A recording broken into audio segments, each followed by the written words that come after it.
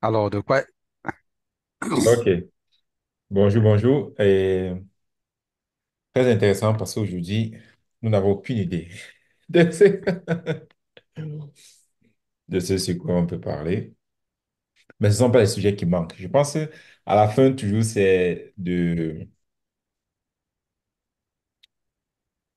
à la fin, toujours, parce qu'en fin de compte, c'est toujours plus ou moins de la même chose qu'on parle, mais vu sur d'autres angles et expliqué de façon différente. Parce qu'à la fin de compte de tout, c'est OK, tu dois te changer de telle sorte qu'on puisse changer le système, de telle sorte que tu puisses aussi avoir une meilleure vie, mais de telle sorte aussi qu'on puisse avoir un monde meilleur sur la Terre. C'est ça vraiment le message qui est véhiculé à tout le monde. Maintenant, c'est juste sur comment le faire, pourquoi est-ce que tu n'arrives pas à le faire, pourquoi ça ne fonctionne pas comme tu veux. Là, c'est maintenant là que pas mal de nuances, pas mal d'explications sont apportées. Et il y a même aujourd'hui, par exemple, j'étais en train de regarder le point sur la résistance, la loi de la résistance. Parce que c'est quelque chose aussi qui est très présent, comme beaucoup de personnes connaissent la loi de l'attraction, la manifestation, ainsi de suite. Mais en ce qui concerne la loi de la résistance, bon, très peu sont les personnes qui sont au courant de cela. J'étais en train de regarder aujourd'hui, OK, pourquoi est-ce que nous avons même la loi de la résistance? Pourquoi est-ce que c'est présent? Pourquoi est-ce que parfois je veux faire quelque chose, mais il y a vraiment cette résistance-là. Et j'étais donc en train d'écrire dessus, le pardon de soi. Et c'était intéressant parce que je me suis vraiment dit, OK, oui, je sais qu'il y a ça, il y aura des résistances pour faire plus que ce que je fais ou bien pour faire certaines choses. Et ma question maintenant, tu vois, c'est de comprendre pourquoi est-ce qu'il y a la loi de la résistance. Et bon, ce que j'ai vu, peut-être je vais partager peut-être après, mais l'analogie que je peux utiliser présentement pour l'expliquer avec, c'est quand il y a contradiction. Quand il y a contradiction, alors très souvent il y aura résistance. Et si par exemple, je suis devant une porte et devant la porte, c'est écrit ne pas entrer. Mais moi, je suis là, je veux forcer d'entrer, alors il y aura résistance. Mais si je comprends que, ah, OK, il y a ce schéma-là qui m'est interdit d'entrer, et si quelque part, quand je lis cela, ça me dit je ne dois pas entrer, mais que je force pour entrer, alors il y a résistance. Et ce que ça fait donc, du moins l'analogie ici, c'est quand il y a résistance, oui, il y a la loi de la résistance. La loi de la résistance, c'est celle-là qui t'empêche de faire quelque chose qui majoritairement est bien pour toi, mais aussi quelque chose qui va te faire évoluer, grandir. Et dans ce cas-ci-là, alors, chaque fois, du moins, vu cette analogie-là et vu ce que j'ai un peu découvert ce matin, c'est que quand il y a cette résistance, il y a quand même un programme derrière, du genre, qui est en train de fonctionner et que tu es en train d'aller à l'encontre de ce programme. Voilà pourquoi il y a la loi de la résistance. Du moins, concernant le peu de recherche que j'ai fait dessus ce matin, c'était de voir ça, que, ah, OK. Donc, si j'ai la loi de la résistance, parce que si par exemple tu veux devenir riche et que tu étais programmé à être pauvre, chaque fois que tu vas vouloir devenir riche, il y aura cette loi de résistance. Pourquoi? Parce que ton programme, c'est non pauvreté. Donc, ça veut dire que chaque fois donc, que je rencontre cela, je peux maintenant essayer de chercher, OK, c'est quel programme qui m'empêche de continuer? C'est quel programme qui me fait résister? Et là maintenant, regarder, aller encore en profondeur dans cette résistance-là, essayer de comprendre la résistance, de telle sorte que je puisse démystifier les mots ou bien le programme qui est en train de mettre la limite pour que je n'avance pas. Parce que quand tu regardes en principe tout, si nous prenons un exemple très simple, aller parler à un inconnu. L'acte pratique d'aller parler à un inconnu, elle est très simple. C'est juste, tu peux parler, oui. Tu peux marcher, oui. Alors, tu marches, tu t'en vas devant un inconnu et puis tu parles. Là, maintenant, on peut dire, OK, qu'est-ce que tu vas dire? Est-ce que ce que tu vas dire est intéressant? Et ainsi de suite. Ça, c'est autre chose. Mais le fait d'aller parler à un inconnu, c'est, c'est, c'est simple. C'est déjà, tu peux me parler, oui, tu peux marcher, tu te lèves, tu t'en vas le parler. Mais pourquoi est-ce qu'il y a donc la résistance? Ça peut être que, OK, on t'a programmé de telle sorte que cela soit complètement hors de ta programmation. Cela soit complètement impossible pour toi.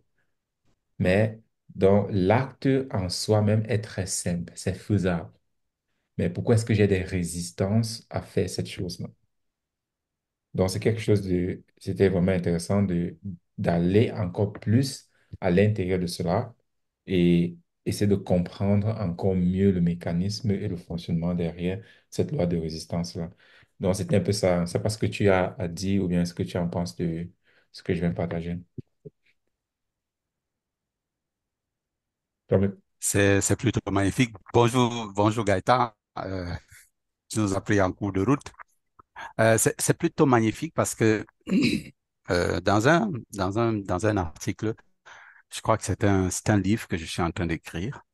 J'écris beaucoup, hein.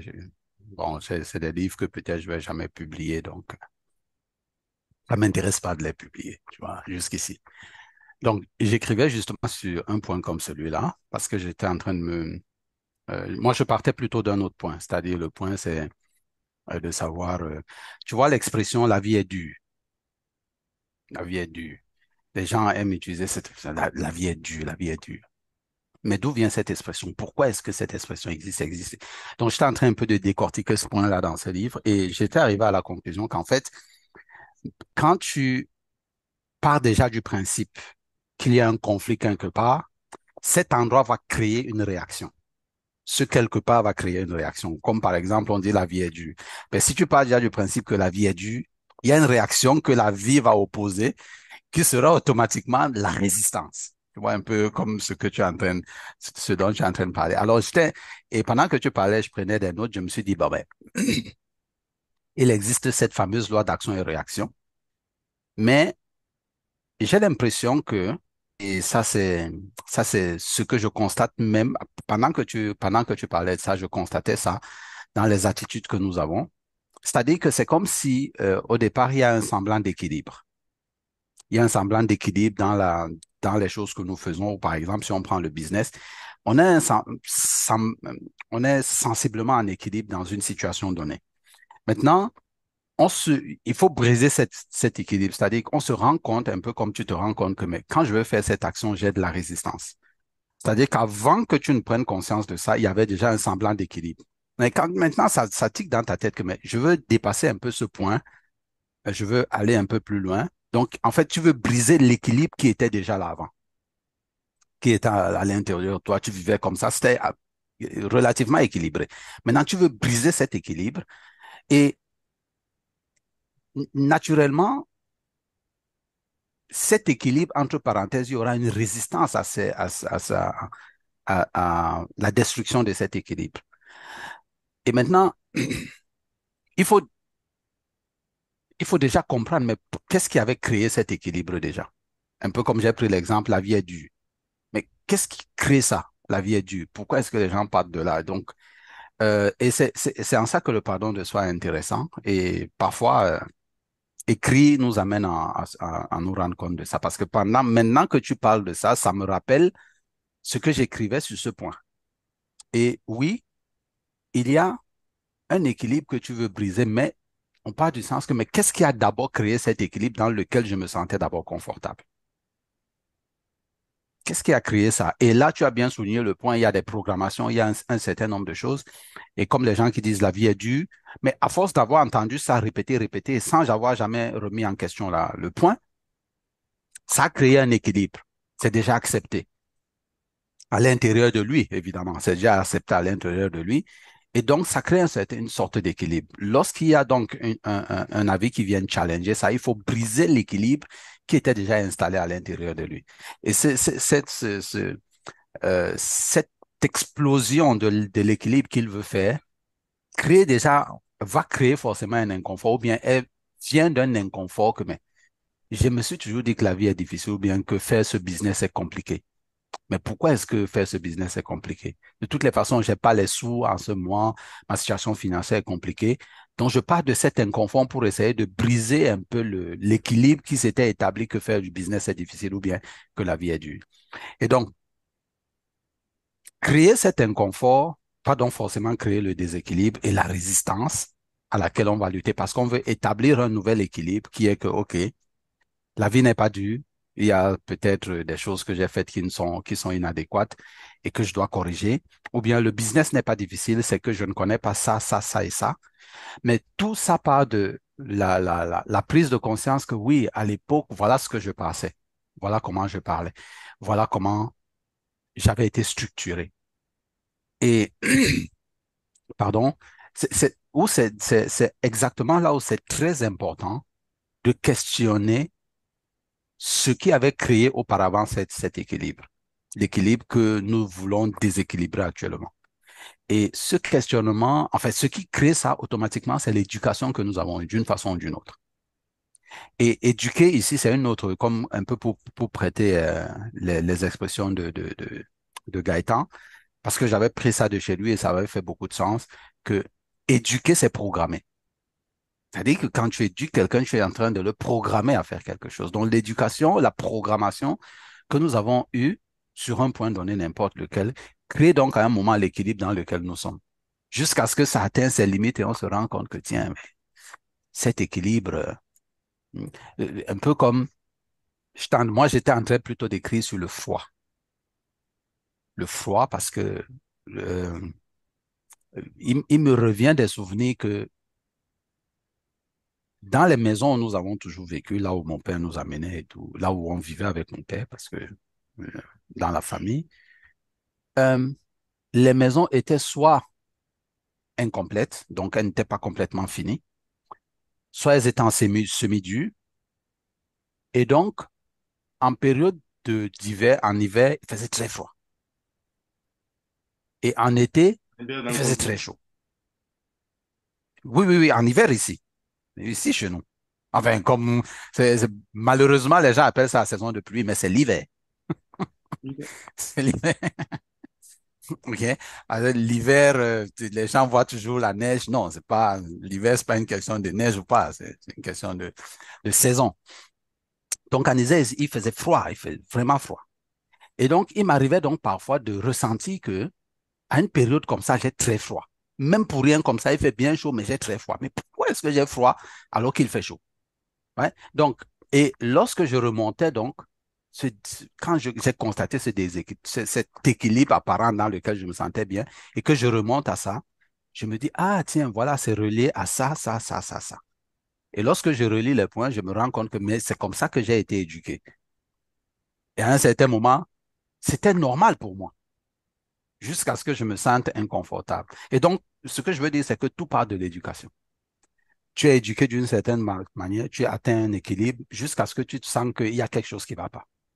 Tu n'atteins pas tes objectifs et tout. Donc, tu dois briser cet équilibre qui était établi avant, établi grâce à ton éducation, bien sûr. Donc, te rééduquer, donc détruire l'équilibre qui était avant grâce à une nouvelle éducation pour établir un nouvel équilibre qui peut-être demain sera encore remis en cause parce que tu peux établir un nouvel équilibre aujourd'hui sur la base des données que tu as, mais qui plus tard vont se révéler qu'il y avait des choses qui manquaient et tout, il faudra corriger et ça va redevenir encore la loi de l'action et de la réaction. Donc, tu veux faire une action et tu veux résister. Donc, c'est, c'est un peu l'analyse que j'ai fait de ce point et bon, je pense que je vais m'arrêter jusque-là, mais j'espère que j'ai un peu touché le point, un peu comme, du moins, comme ça me venait, quoi. Ouais. Je sais pas si Gaëtan a quelque chose ou bien. Bon, si je comprends bien, le point, c'est la résistance, d'où est-ce que ça vient. Et je t'entendais parler, puis je prenais un peu des éléments dans ce que tu disais, puis ce que j'ai entendu Vianney disait quand je suis arrivé. Et je pense que, je pense qu'il faudrait qu'on démystifie aussi un peu le mot programmation. Parce que je menais cette réflexion.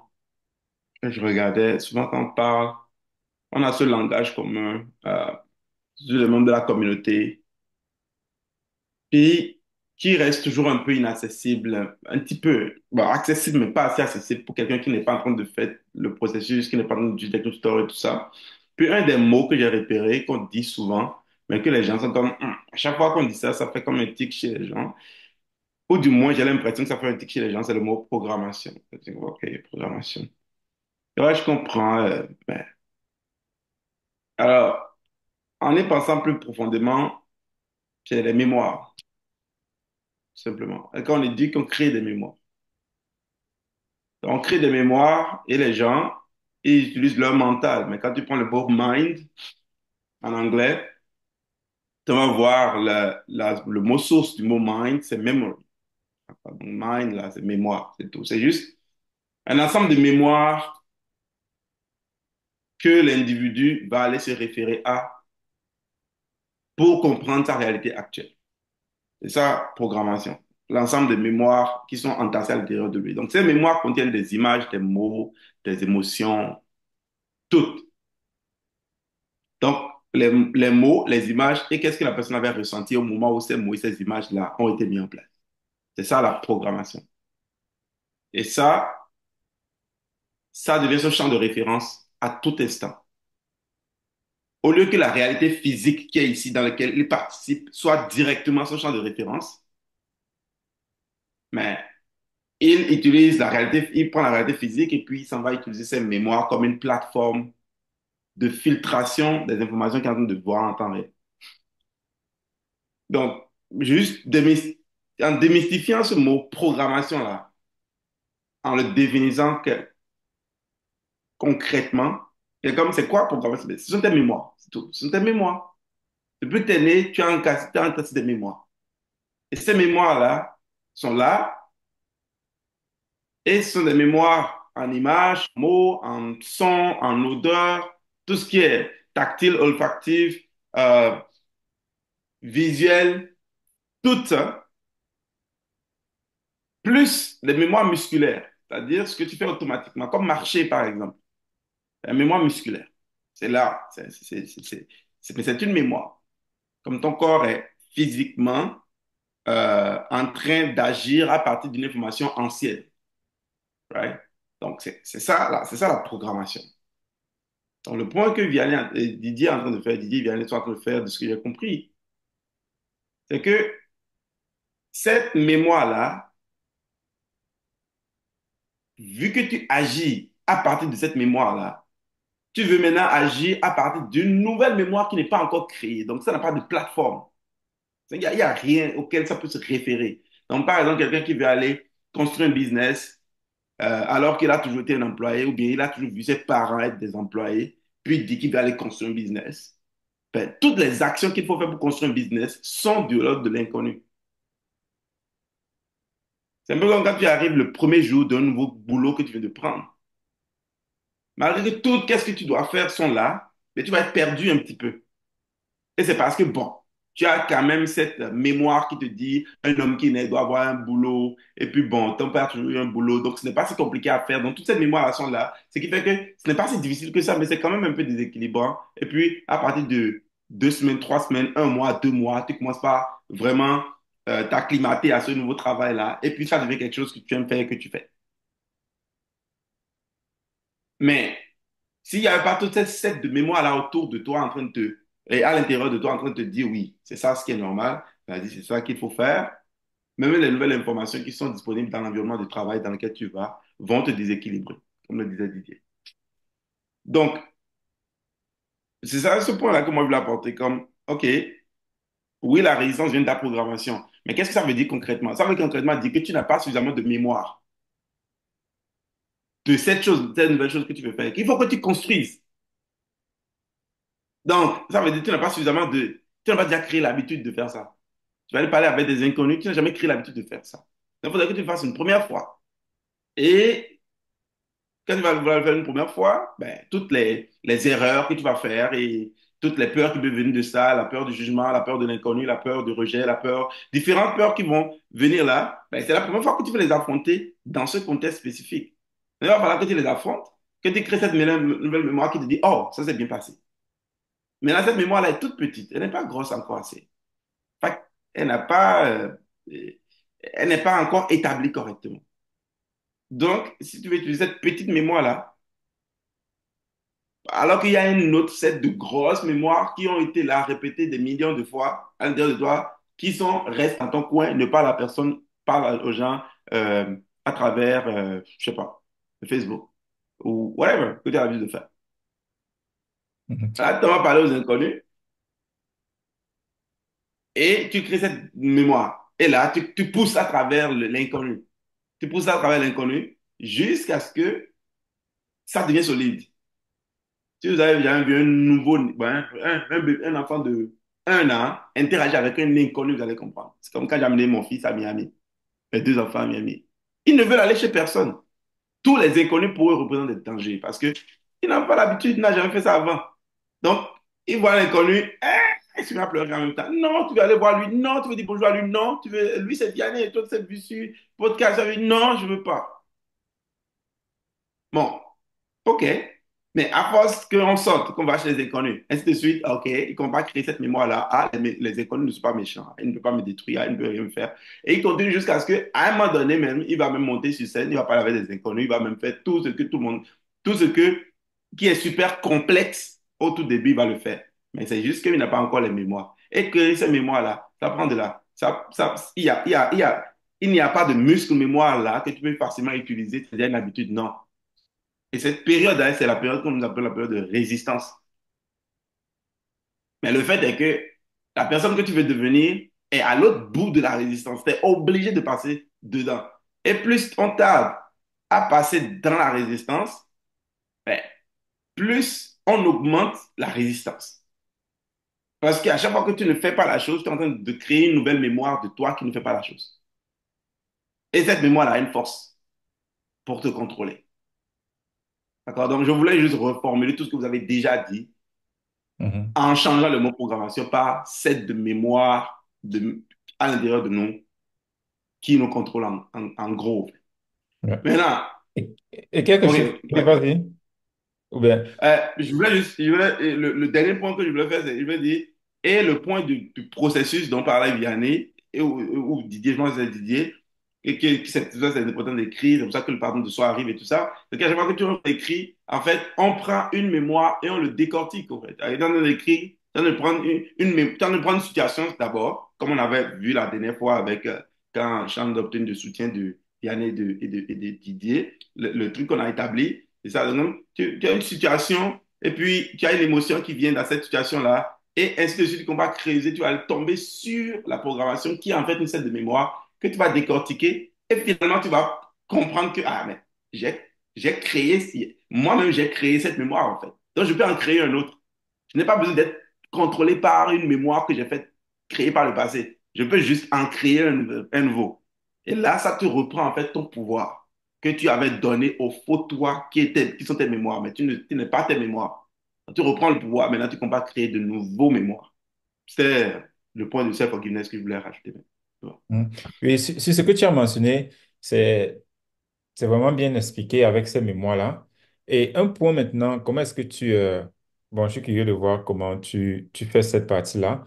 Parce qu'en même temps aussi, si l'individu se limite juste à ses mémoires, l'individu va toujours fonctionner dans le passé. Donc, ça veut dire que l'individu ne sera jamais présent parce que toujours, ah, OK, à cause de ses souvenirs.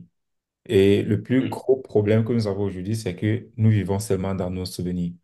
Déjà, mm, où est-ce que tu fais cette différence-là entre ce que j'apprends devient une mémoire et cette même partie-là qui nous empêche d'avancer à cause de ces mémoires-là? Parce que si je peux mm, être là présentement maintenant, mm, alors je ne suis pas dans le passé. Mais si je continue à utiliser seulement mes mémoires pour fonctionner, alors je suis toujours dans le passé et je ne suis jamais dans le présent.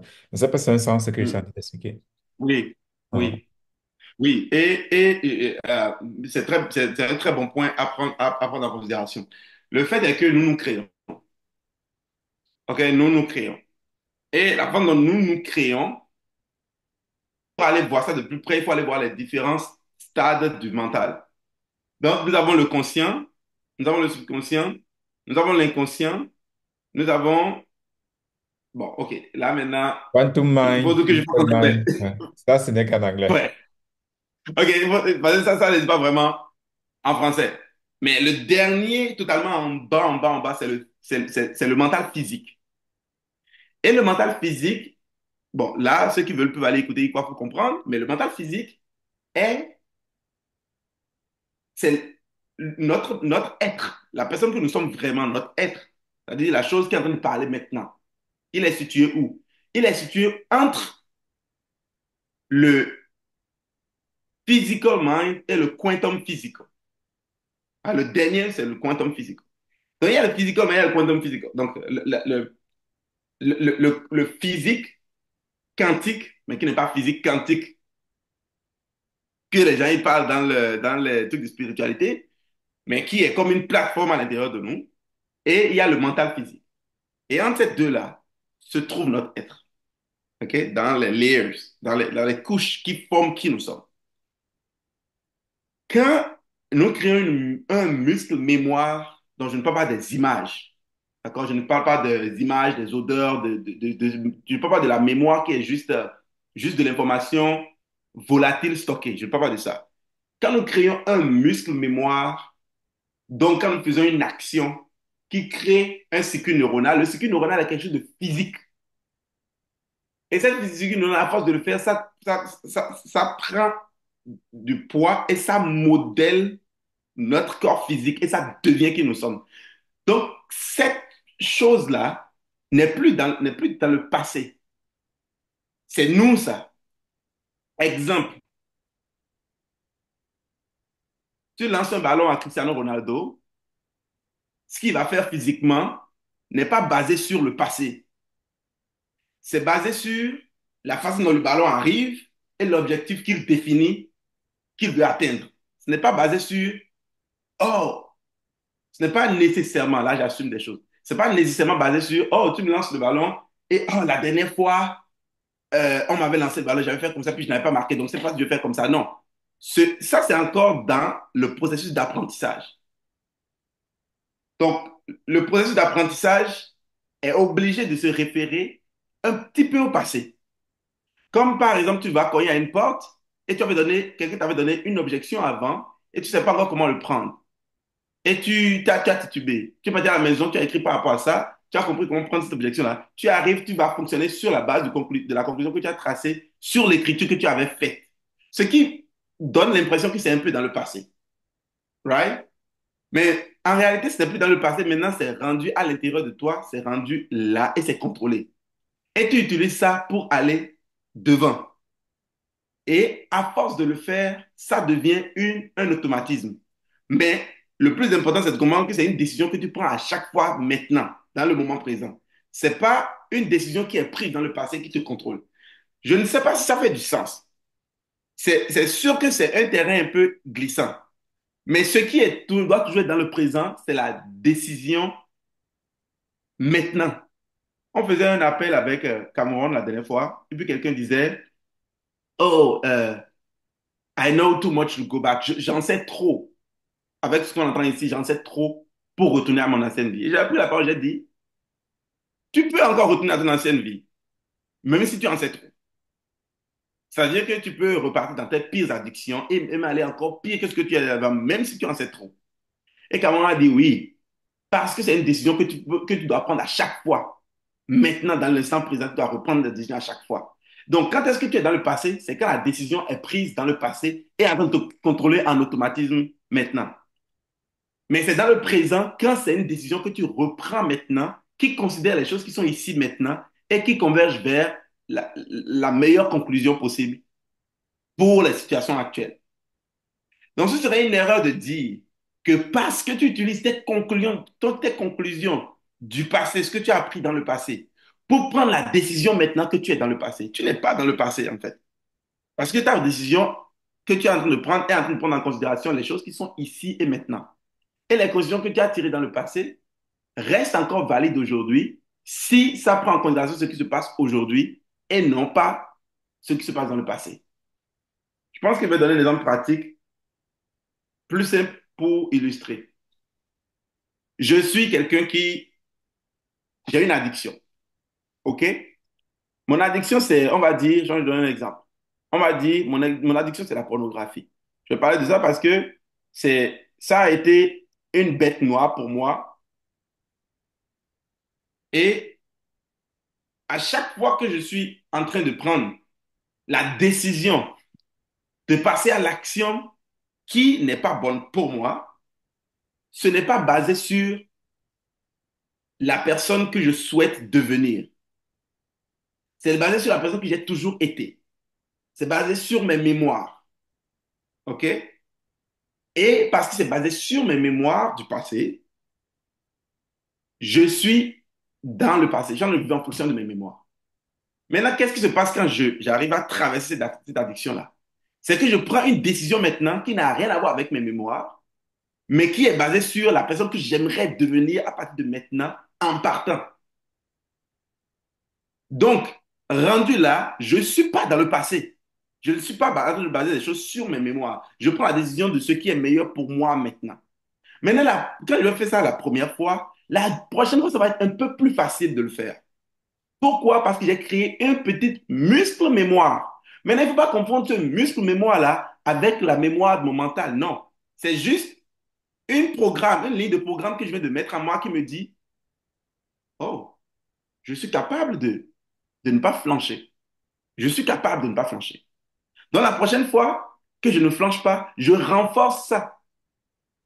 Et parce que je renforce ça, ça devient de plus en plus facile, de plus en plus facile, de plus en plus facile. Et la millième fois, peut-être même que je ne vais même pas y penser du tout. Ça ne fera même plus partie de moi. Je suis devenu cette nouvelle personne-là qui n'agit plus basée sur ça. Maintenant, si je n'ai pas vraiment fait mon nettoyage, ça se peut qu'il y ait une mémoire minuscule que je n'avais pas encore affronté. Peut-être qu'il y a un mot, parce que par exemple, parlant de l'addiction à la pornographie, par exemple, c'est plein de mots, au fait, qui déclenchent des choses. Il y a plein de mots, j'ai fait une liste énorme, longue de même, de tous les mots qui déclenchent des choses en moi qui me contrôlent. Mais il y a peut-être un mot que je n'ai pas travaillé. Bah, ces mots-là, quand ça va arriver dans ma réalité, ça se peut que ça me déclenche encore, que ça va me pousser vers l'ancienne programmation. Mais ça ne va plus avoir autant de poids que ça, puisque tous les autres mots qui le soutiennent sont déjà défaits. Donc lui, il n'a plus autant de pouvoir que ça. Mais malgré ça, ça se peut. Ça se peut que juste ce mot-là ait tellement de poids que j'ai envie d'aller suivre la programmation qu'il me commande. Maintenant, ce mot-là vient de où? Ça vient du passé. La personne qui prend la décision, c'est qui? C'est moi de maintenant qui a défait toutes ces programmations-là. Donc moi, je suis dans le passé si je me laisse conduire par cette programmation. Je suis dans le futur si je considère plutôt la personne que je suis devenue maintenant et la direction dans laquelle je veux prendre. Je ne sais pas si avec cet exemple, ça fait plus de sens. Ouais, ça explique très, très bien. Et aussi, juste mentionner aussi que dans ce que Gaëtan vient d'expliquer, il n'y a pas d'émotion. Exact. Il n'y a pas d'émotion. Donc, ce qui fait que même les mémoires du passé, elles ne sont pas émotionnelles. Voilà pourquoi il peut utiliser, du moins dans le cas idéal. Le problème, c'est que nous avons développé ces mémoires-là avec des émotions. Et aujourd'hui, c'est beaucoup plus ces émotions qui nous empêchent de faire ce que nous voulons faire que la pensée mémoire en elle-même. Donc voilà pourquoi ici, le pardon de soi va dans les deux sens où, OK, on veut déjà d'abord lever cette pensée mémoire-là, cette pensée émotionnelle que nous avons construit, développée sur la chose. Parce que si tu as fait quelque chose et que ça ne s'est pas bien passé et que tu commences à dire, ah, je suis nul, et ainsi de suite, là maintenant, c'est l'émotion que tu attaches maintenant à la mémoire physique qui s'est développée à l'intérieur de toi. Donc, d'où maintenant, beaucoup, on s'arrête seulement là-bas sur ces émotions, sur ces mémoires émotionnelles et on n'arrive vraiment jamais à la mémoire en elle-même, de telle sorte qu'on puisse la corriger pour pouvoir passer à autre chose. Ouais. Et cette émotion-là, ça vient aussi beaucoup du fait que on pense que nous sommes la mémoire. Nous sommes la mémoire. Donc, si quelque chose va à l'encontre de cette mémoire-là, ça va à l'encontre de moi. Je Et, suis en train de... Si mes mémoires meurent, je meurs. et ça, c'est le point émotionnel que nous avons de la mémoire. Ce n'est même pas la Exact. mémoire en elle-même, c'est le point émotionnel que nous avons attaché sur la mémoire. Mhm. Et c'est ce qui est intéressant. Et aussi, ce que tu viens d'expliquer là, ça explique vraiment c'est quoi le libre arbitre. Ça explique vraiment ça, c'est l'habilité de faire à tout moment ce qui est bien, non seulement pour toi, mais aussi pour tous. Ben, si à chaque moment, tu peux décider de, OK, c'est ça que je dois faire, et puis tu utilises les mémoires pour faire cette chose-là, sans toutefois refaire juste ce que la mémoire est, alors tu as vraiment le libre arbitre. Tu peux choisir en ce moment-là qui est-ce que tu es et ce que tu veux faire. Oui. Il y a quelque chose que tu as dit. Après ça, je vais laisser passer la parole à Didier. Euh, il y a quelque chose que tu as dit, je pense que c'était hier. Puis j'ai continué à réfléchir là-dessus. Et aussi le blog Heaven Journey to Life que je disais aussi avait mis beaucoup l'accent là-dessus, euh, qui est revenu encore aujourd'hui. Tu as vu cette émotion-là qui est dans la mémoire. Et aussi, ah non, attends, je me mélange. Plutôt, quand tu as parlé du le fait d'être dans le passé puis d'être dans le présent, le mot qui m'est arrivé à l'esprit quand je pense, c'est l'isolation. Et hein, pourquoi l'isolation? Être dans le passé ou dans le présent? Isolation, séparation. Non, dans ces deux mots, isolation, séparation. Je suis ici avec vous, mais je suis isolé à l'intérieur de moi à penser à qu'est-ce qu'ils sont en train de dire ici. Je ne suis plus ici. Et je pense avec quoi? Je pense avec les éléments du passé, parce qu'à partir du moment où je m'arrête et que je veux penser, les choses auxquelles je pense sont déjà dans le passé. Ce n'est plus dans le présent, ce n'est plus en train d'être dit maintenant.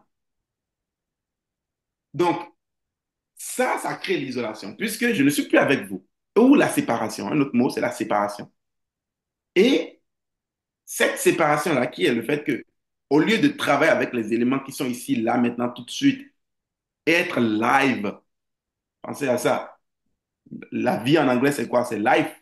Et vivre, c'est to live, be alive. Mais c'est quoi live? Même dans le contexte numérique dans lequel nous sommes aujourd'hui. Ah, nous sommes en train de faire un live sur Facebook. C'est en train de se passer maintenant.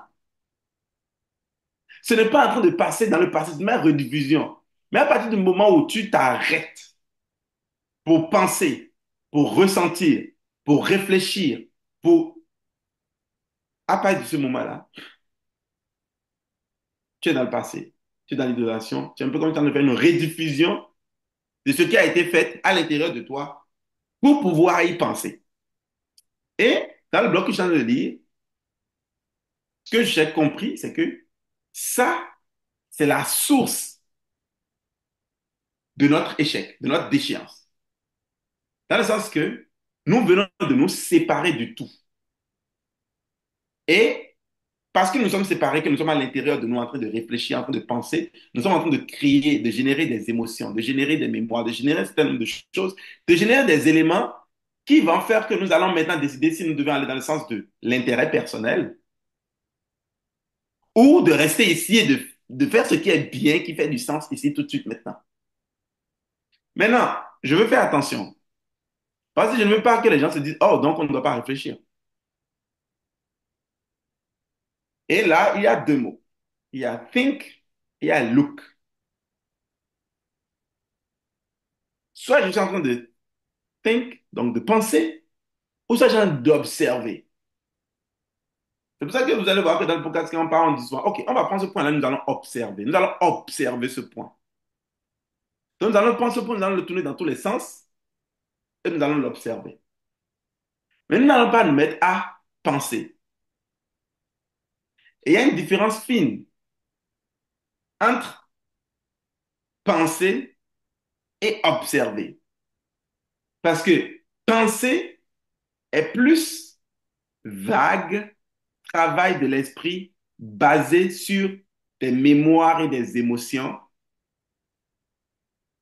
alors que observer est plus pratique comme nous n'allons pas ne pas regarder un côté parce que ça vient nous affecter émotionnellement. Non, nous allons regarder de façon objective tous les côtés de la chose. Alors, la raison pour laquelle je voulais apporter ça, c'est que le problème de la résistance dont nous sommes en train de parler vient quand nous arrêtons d'observer et que nous commençons par penser. Et si vous allez bien regarder dans un cas pratique, et étant donné que je suis bon, on est tous dans la vente,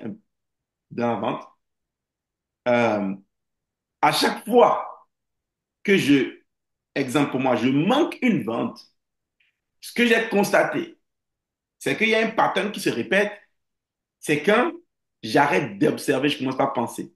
Et c'est quoi la distinction? Je suis là, le client arrive et je dois aller parler au client.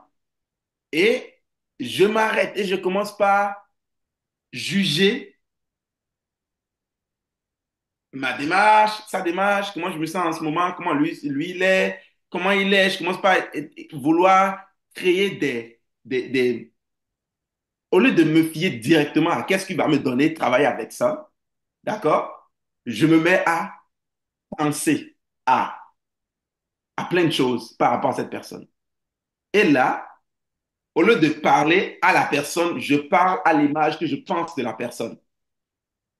Et cette séparation-là, ça crée l'échec. Je ne sais pas si ça fait du sens. Absolument. Du moins pour ceux qui, Je dis absolument, ça allait facile pour toi, mais ou pour ou du difficile, moins mais pour je ne suis ceux pas qui ont sûr que le ceux qui vocabulaire écoutent. pour comprendre. Ouais, ben, en fait, il y a plein de choses qui ont été dites sur lesquelles j'aimerais quand même apporter, ou du moins euh, avoir, non, établir une certaine clarté. Euh, Juste avec, parce que pendant que tu étais en train de parler de ces résistances-là, surtout de ces mémoires, parce qu'il faut bien préciser que on parle ici des mémoires qui sont stockées. Alors, il y a plein d'éléments qui sont arrivés sur lesquels il serait peut-être intéressant de revenir un peu. Euh, la première contradiction que tu avais soulevée, c'était les mémoires du passé, c'est-à-dire que, OK, nous sommes en train de vivre aujourd'hui sur la base des mémoires du passé. OK? La deuxième résistance et le fait que nous sommes en train de vivre sur la base des mémoires du passé ne font pas que nous apprécions la vie telle qu'elle est aujourd'hui ou bien les choses que nous devons faire en ce moment, en ce présent. La deuxième résistance dont tu as parlé, c'est OK, je suis en train de créer un nouveau truc. Comme je n'ai pas d'informations mnémoniques par rapport à ça, je crée je suis en train de créer de nouvelles données. Et donc, il y a cette résistance de l'inconnu parce que tu ne sais pas où est-ce que tu es en train de partir, tu es en train d'explorer. C'est comme si tu es un explorateur, tu es dans un nouveau monde dont tu dois challenger de nouvelles réalités, de nouveaux mots, whatever. Bien, maintenant, c'est aller un peu plus loin sur la question des mémoires du passé et euh, les mémoires musculaires que tu crées. Moi, la première question avant même d'aller plus loin, c'est est-ce qu'il est donc possible de vivre sans sans les mémoires du passé?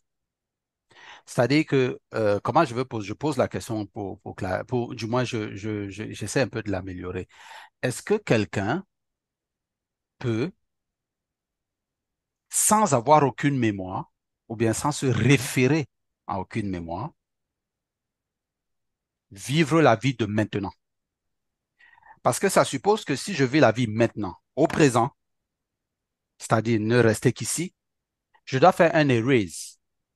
Chaque seconde qui passe, je dois effacer les mémoires passées pour que je OK. puisse vivre, pour que je puisse OK. vivre dans le présent. OK? Mhm. Donc la question, parce que il faut bien clarifier pour ceux qui nous écoutent que est-ce que l'objectif, est-ce que l'objectif en fait, et je crois quand même qu'il y a une petite réponse à ça parce que Vianney a apporté un point intéressant, c'est qu'il a ajouté le point des émotions. Mais il faut bien clarifier cet endroit que, OK, est-ce que je dois vivre seconde après seconde, tiers après tiers, en faisant du erase de ce qui est passé et en restant présent pour que je puisse rester présent. Parce que la question, c'est, est-ce Pourquoi que est-ce que c'est si tu ne veux possible de pas ne du pas... erase, tu ne peux pas rester présent? Non, non, la question, c'est, est-ce que c'est possible de le faire? Est-ce que c'est comme ça qu'il faut le faire? Ok, la réponse est non. OK. Maintenant, la deuxième question, Non, attends, là, Didier. oui, Excuse-moi, avant oui, d'aller à oui, la deuxième vas-y. question. Oui.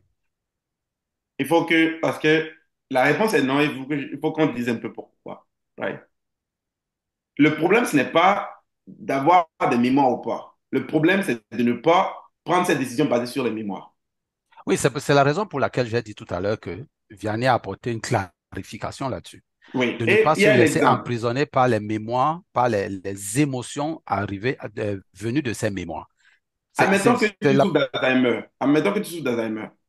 Mhm. Et tu vois ton petit-fils. OK? Est-ce que tu as besoin de te rappeler que c'est ton petit-fils avant de t'occuper de lui comme tu le fais maintenant? Quand tu as un Alzheimer, tu as une pathologie. Oui, C'est une oui, pathologie. je Tu ne peux sais. pas, tu ne peux pas aller euh, créer une vie sur la base d'une pathologie. Non, ça, c'est une pathologie. OK? Et c'est un Je, exemple. Il faut prendre le principe. Le but de dire l'Alzheimer, c'est de dire tu as oublié que cette personne est ton petit-fils. OK? Donc, non, tu es à non, la ma question maison. n'était pas là-bas. Non, ma question n'est pas là-bas. Ma Non, je question ne n'est pas ça. refuse pas. Didier, attends. Je ne t'attaque Mhm. pas. Non, non, ce n'est pas une Il y question a un point d'attaque. de clarté, il y a un point de Je clarté veux à apporter. clarifier, justement. Non, ce Il y n'est a un pas point une de attaque. clarté à apporter à la personne qui écoute. Ce point C'est justement exactement, ça. ce point exactement, cette question que je viens de poser de l'Alzheimer, c'est dans il y a un podcast que Carmen a posé cette question-là. C'était un podcast, il parlait exactement de ce point-là, précis quand il parlait. Il a posé la question, si tu souffres d'Alzheimer et que tu vois ton fils, que tu ne te rappelles pas que c'est ton fils, quelles seraient les raisons pour lesquelles tu ne le traiterais pas exactement comme tu le traites maintenant? La réalité est que la façon dont tu traites ton fils n'est pas basée sur, ne devrait, en ce moment, la façon dont je traite mon fils est basée sur la mémoire que c'est mon fils, mais ça ne devrait pas. Ça doit juste faire du sens de traiter un humain comme ça quand j'en vois un. Donc même si on Bon, élimine toutes attends, les mémoires, attends, Gaëtan, avant qu'on ne fasse une digression. La question, c'était celle-ci. oui. Est-ce que c'est possible de vivre sans les mémoires du passé? Est-ce que c'est possible de pouvoir créer une vie sans les mémoires du passé? Ou bien est-ce qu'il faut vivre sans les mémoires du passé? C'est même plus. Est-ce qu'il faut vivre sans les mémoires du passé? Tu as bien répondu à la question. Non. Pourquoi? Parce que le piège des mémoires du passé, c'est de nous tenir émotionnellement. C'est pour ça que j'ai dit que Vianney tout à l'heure a clarifié le point. Les mémoires du passé, on en devient prisonnier et ça crée aussi la mémoire musculaire dont tu parles, parce que c'est toute une série à cette époque, parce que le corps fonctionne de cette façon, jusqu'au quantum mind. Que tu sois conscient ou pas, ça va créer ces mémoires physiques. OK? Maintenant que tu veux changer ça, si tu te laisses prendre prisonnier sur les émotions de tes mémoires du passé, tu ne pourras pas arriver en profondeur. Donc, le point ici, c'était de faire comprendre que non, c'est pas nécessaire de vivre dans les mémoires du passé, tenu prisonnier par les émotions attachées à ces mémoires. C'est la raison pour laquelle tu as souligné tout à l'heure que nous devons observer. Et l'observation vient ici sans aucune émotion. Sans aucune émotion. Il faut tourner autour, observer et savoir que c'est ici que je m'étais fait prendre par l'émotion et je la neutralise. Mais en faisant cela, et tu avais pris le cas de la pornographie, parce que à l'époque, tu avais créé des mémoires musculaires par rapport à la pornographie. Et ces mémoires musculaires s'étaient installées. OK? Maintenant, tu es en train de renégocier ou bien de, comment dire, de rebâtir, de faire une nouvelle éducation sur la base de nouvelles mémoires que tu voudrais avoir. Et là, tu as pris le cas de Cristiano Ronaldo. Quand quelqu'un fait quand quelqu'un est tellement habitué à faire quelque chose, ça devient une habitude. Ça crée cette mémoire musculaire, ce neurone qui grossit. Mais c'est l'accumulation, en fait, de ces ensembles de mémoire qui fait grossir ce neurone. S'il n'y avait pas cette accumulation, ce neurone ne grossirait pas. C'est à force de l'utiliser. Donc, ça veut dire que si je neutralise, si j'enlève complètement ces mémoires, je peux tuer ce neurone qui va mourir. Mais l'objectif, ce n'est pas de tuer ce neurone, c'est d'enlever les émotions qui m'emprisonnent à ce neurone. Et parce que ce sont ces émotions-là qui poussent la plupart des personnes à l'action. Et on veut enlever ici le fait que ce n'est pas l'émotion qui doit te pousser à l'action, c'est le bon sens, c'est la vie, c'est la décision que tu as prise, c'est euh, do what is best for all. C'est ça qui doit te pousser à l'action. Est-ce que ceci est bien pour tous? Pas nécessairement l'émotion. Donc, les mémoires, elles sont intéressantes, elles sont bonnes, mais ce qu'il faut enlever de ces mémoires, c'est les émotions qui nous attachent à ces mémoires. Je pense quand même Et une que, fois qu'on a enlevé ça, je pense quand même que les mémoires ne sont pas nécessaires. Et parce que tu en parlais, plus tu élaborais, plus je reconsidérais ma position sur la question. Et s'il y a une plateforme qui est exemple de ce que nous sommes tous appelés à devenir, c'est le corps physique humain. Et le corps physique humain ne fonctionne pas sur la base de mémoire. si, Le sang circule. Attends. La circulation du sang n'est pas basée sur une mémoire. Il n'y a pas eu un moment où le sang a appris à circuler. Right? Le sang circule à tout moment. Le cœur bat à tout moment. Parce que si c'était mhm, basé sur une mémoire, il peut oublier. Parce qu'une fonctionnalité de la mémoire, c'est l'oubli. L'oubli fait partie des fonctionnalités de la mémoire. Si c'est basé sur la mémoire, l'oubli peut arriver. Je pense que la seule fonction de la mémoire, c'est de faciliter l'enclenchement de faire ce qui est bien. Juste de faciliter. Mais après cela, c'est plus nécessaire. Dans le sens que si je dois faire mon mathématique en temps réel à chaque fois pour calculer ce qui est bien pour tous et le faire à chaque fois, je n'ai pas besoin de mémoire. bien, Mais c'est parce qu'on a été programmé longtemps non, à non, faire. Gaëtan, je ne suis pas, ça va pas faire de sens parce que si, par exemple, tu dois traiter ton propre cas, des traumas que tu as eus Mm. et que tu n'as pas de mémoire, ben, tu serais un cœur en train de pomper. Tu serais simplement un cœur en train de pomper. Reprends, je Donc, n'ai tu pas as compris. besoin de, si tu dois traiter tes propres traumas, tu as besoin de ces mémoires, Mais right? si je n'avais pas eu de mémoire en premier lieu, je n'aurais pas ces traumas-là. Non, mais tu serais un système et non une vie. Non. Le fait que je sois une vie ne vient pas de mes mémoires. Le fait que je sois une Non, vie, non, le fait non, non, que je sois une je vie, ne. Mhm. ce que je suis en train de comprendre que tu es en train de dire, peut-être que je suis en train de mal comprendre, que je suis en train d'expliquer sur la base d'une malcompréhension. Et je vais clarifier ce que j'ai compris. Ce que j'ai compris de ce que tu es en train de dire, c'est que tu dis, si tu veux traiter tes traumas et que tu n'as pas de mémoire, tu ne pourras pas les traiter. Et j'ai dit, si je n'avais pas de mémoire, je n'aurais pas de trauma en premier lieu. Parce que la définition des traumas, c'est les événements stockés dans ma mémoire. Donc, si je n'ai pas de mémoire, je n'aurai pas de trauma. Et tu as dit, mais dans ce cas, tu ne serais pas une vie, tu serais un système. C'est un peu Non, comme si ce sont mes traumas qui font de moi une vie ou pas. je vais compléter ma phrase. OK. Je vais compléter ma phrase. Ça, c'est très intéressant, d'ailleurs. Oui. La vie humaine telle que nous la vivons, ou bien telle que nous Oui. la connaissons, est faite de ces mémoires. Non. La vie animale, attends, laisse-moi finir. La vie animale est aussi faite de ces mémoires. Non plus. La vie, la vie, ok, la vie végétale est aussi faite de ces mémoires. Et je Pourquoi? vais Pourquoi? C'est te, quoi la base? moi, Explique-moi. ok, qu'est-ce qui fait que une antilope fuit automatiquement le lion? Un Elle n'a antilope. jamais vu le lion. Oui, elle n'a jamais vu le lion. Elle Mhm. fuit automatiquement le lion. Ça, c'est d'un cas. Ça, c'est un cas. Prenons ça comme ça. Qu'est-ce qui fait que les, les plantes ont développé des systèmes de défense? contre les insectes, contre les abeilles, contre tout ça, etc., etc. Mais tu décris la survie, hein, pas la vie. Tu décris la Qu'importe, survie. je parle on est en train de parler ici de la mémoire. Il y Oui, a une mémoire qui est stockée. oui. La Qu'importe, mémoire est quelle la qu'elle base de soit. la survie, je suis d'accord avec toi.